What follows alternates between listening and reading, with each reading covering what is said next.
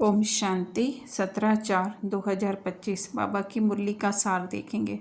बाबा कह रहे हैं, मीठे बच्चे, ये रूहानी हॉस्पिटल तुम्हें आधा कल्प के लिए एवर हेल्दी बनाने वाली है। यहाँ तुम देही अभिमानी होकर बैठो।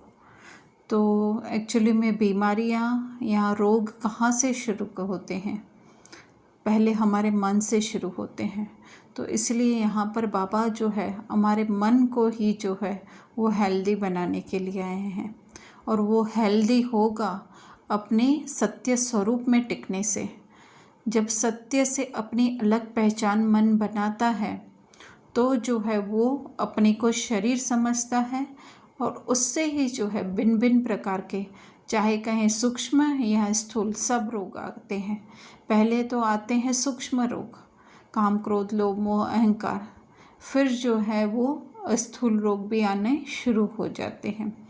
तो ये तो बहुत बड़ा प्रोसीजर होता है, और इतना स्लोली ग्रेजुअली होता है कि किसी को पता भी नहीं चलता है कि किस तरह से जो है मन आत्मा से अलग होकर के स्वयं को देह समझ करके जो वो है वो गिरती कला में आता है, या अधिक से अधिक जो है वो देह में डूबता जाता है। तो इसीलिए बाबा यहाँ पे कह रहे हैं, पढ़ाई कर रहे हैं तो क्या होना है, हमको देही अभिमानी होकर के बैठना है। फिर प्रश्न है, धंधा आदि करते भी कौन सा डायरेक्शन बुद्धि में याद रहना चाहिए? उत्तर, बाप का डायरेक्शन है, तुम किसी साकार व आकार को याद नहीं करो। एक बाप की याद रहे तो विक्रम विनाश हो। इसमें कोई ये नहीं कह सकता कि फुर्सत नहीं, सब कुछ करते भी याद में रह सकते हो। तो साकार और आकार कौन है वो तो हम जानते हैं करके। तो बुद्धि में बाबा कहता है बुद्धि में याद रहे, क्योंकि जिस तरह से अगर हम कितना भी बिजी हों, लेकिन अचानक से आकर के कोई हमसे पूछे कि तुम्हारा नाम क्या है, तो हमारे मुख से हम भूल नहीं सकते हैं हमारे नाम को, एकदम से एक सेकंड में याद आ जाए।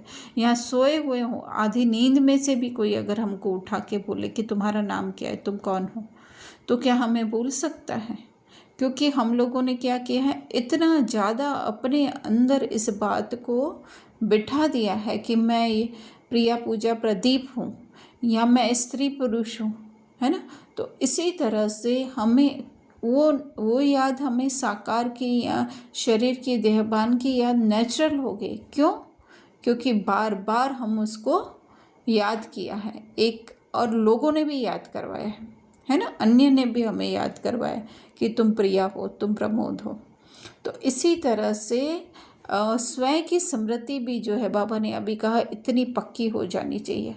स्वयं की स्मृति कौन सी? कि मैं बाप समान आत्मा हूँ। तो इसमें स्वयं की भी याद आ जाती है, तो बाबा की भी याद आ जाती है। तो बाबा कहते हैं इसमें फुर्सत की बात नहीं है ना। तो क्या हमको फुर्सत से याद करने बैठना पड़ता है कि मैं प्रिया प्रमोद हूँ?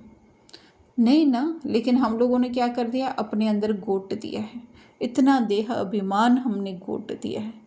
तो इसी तरह से बाबा कहते हैं सब कुछ करते भी याद में रह सकते हो।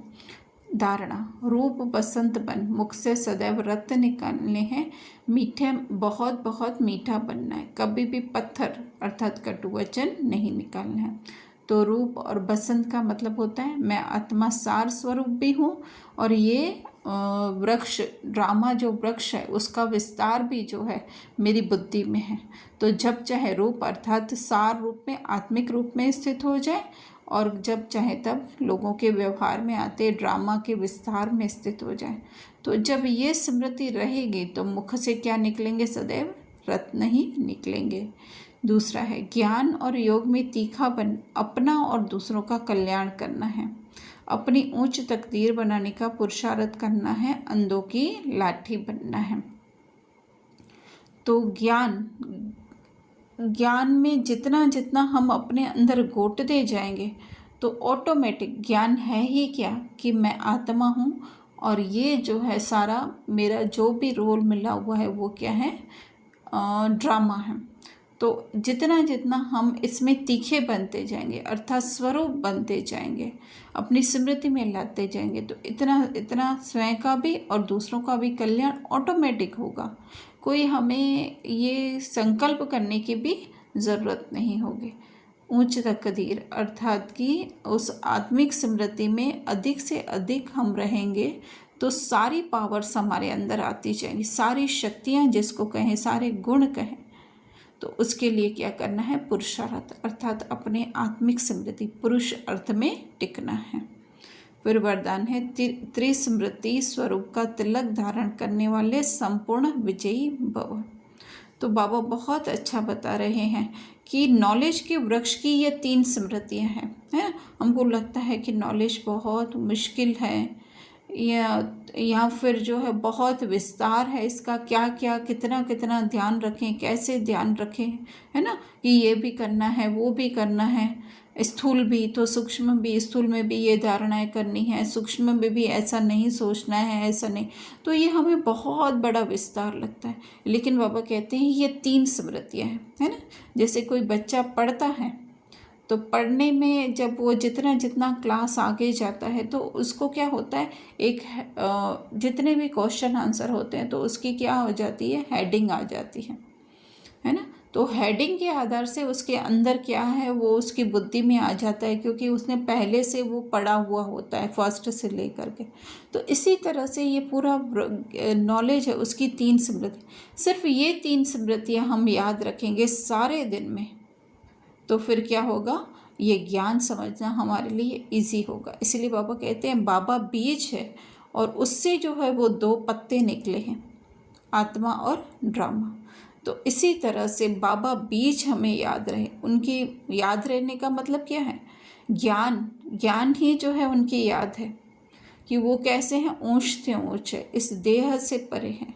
तो जितना जितना बाबा की स्मृति रहेगी उतना ही जो है वो आत्मा और फिर जो है ड्रामा की स्मृति रहेगी। तो इसी से ही संपूर्ण विजयी भव के वरदानी बन जाएंगे, सिर्फ ये 3 स्मृतियाँ हमें रहें तो हमारी आत्मिक स्थिति मजबूत बनना, इसे ही को ही बाबा कहते हैं विजयी बनना। स्लोगन, प्राप्तियों को सदा सामने रखो तो कमजोरियां सहज समाप्त हो जाएंगी। तो प्राप्तियां हैं ही हमारी आत्मिक स्थिति में, और आत्मिक स्थिति का ज्ञान होना, क्योंकि ज्ञान के आधार पर ही हमें जो है हम स्मृति में रख सकते हैं। तो जितना जितना हम ज्ञान को सामने रखेंगे अपनी आत्मिक स्थिति को, उतना जो है देह की स्मृतियाँ जो हैं सब समाप्त होती जाएगी। अच्छा, ओम शांति।